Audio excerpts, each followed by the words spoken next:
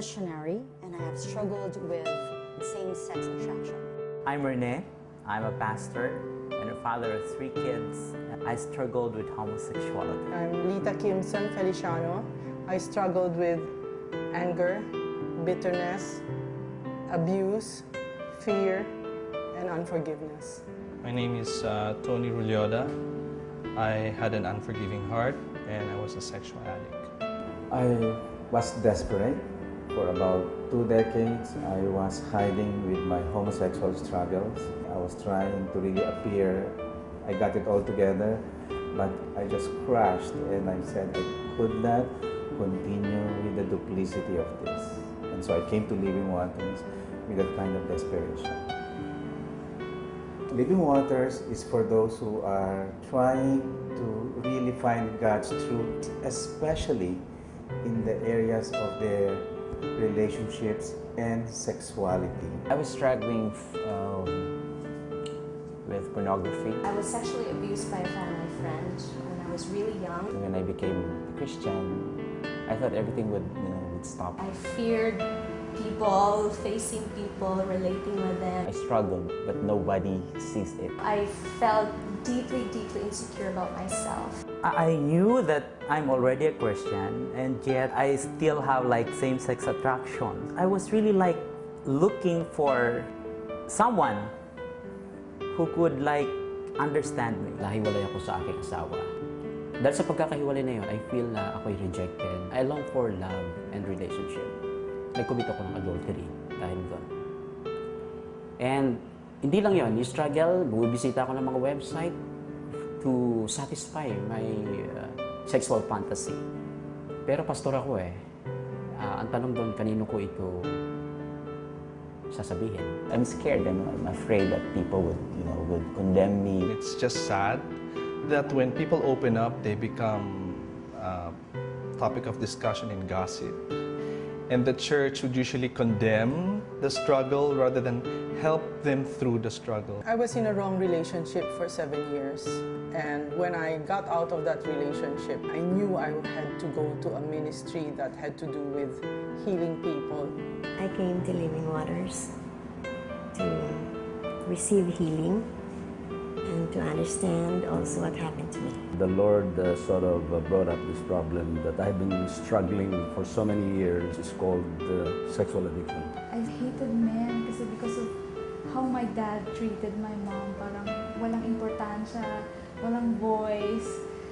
Very despotic siya sa bahay. During the course of the program, the Lord revealed the roots of the fears and insecurities. I had very deep abandonment issues from my dad because growing up, my dad was not very present emotionally for us. I didn't know really that I was emotionally dependent on my husband. Yun pala yung bang parang I cannot live without my husband. Parang I was getting my life from him. What we experienced really is a healing of the whole family, relationships in the family. Living Waters became like a venue for God to encounter me specifically in those areas, like sa abandonment and sa pain and sexual abuse.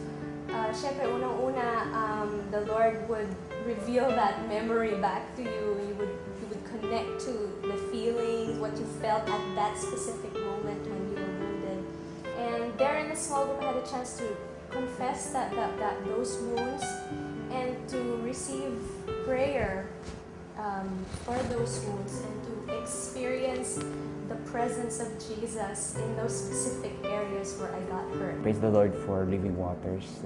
I was able to forgive myself. What I learned in Living Waters, of course, that the confession, it's like when you confess your sin or your struggle, it really loses its power.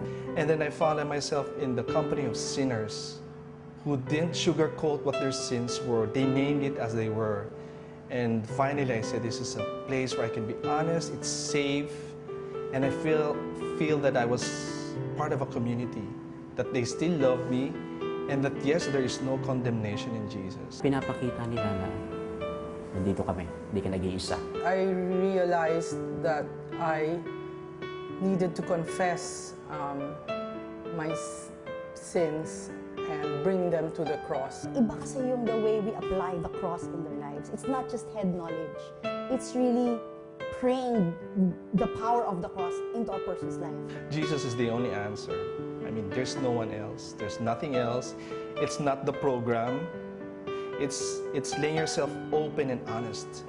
And then Jesus coming to that place where you are at, embracing you and saying, it's okay, you are loved, you are mine, you are my son. That's it. There's no magic in it. No, I don't see myself as completely healed. I'm still struggling every now and then. I'm not really completely healed. I think that will come when I come face to face with Jesus. Habang buhay, may manananugat kasi they are not perfect. I am not perfect. The situation is uncontrollable. I don't think complete healing will happen in my lifetime, but I know that I have a place to run to, and that is at the foot of the cross.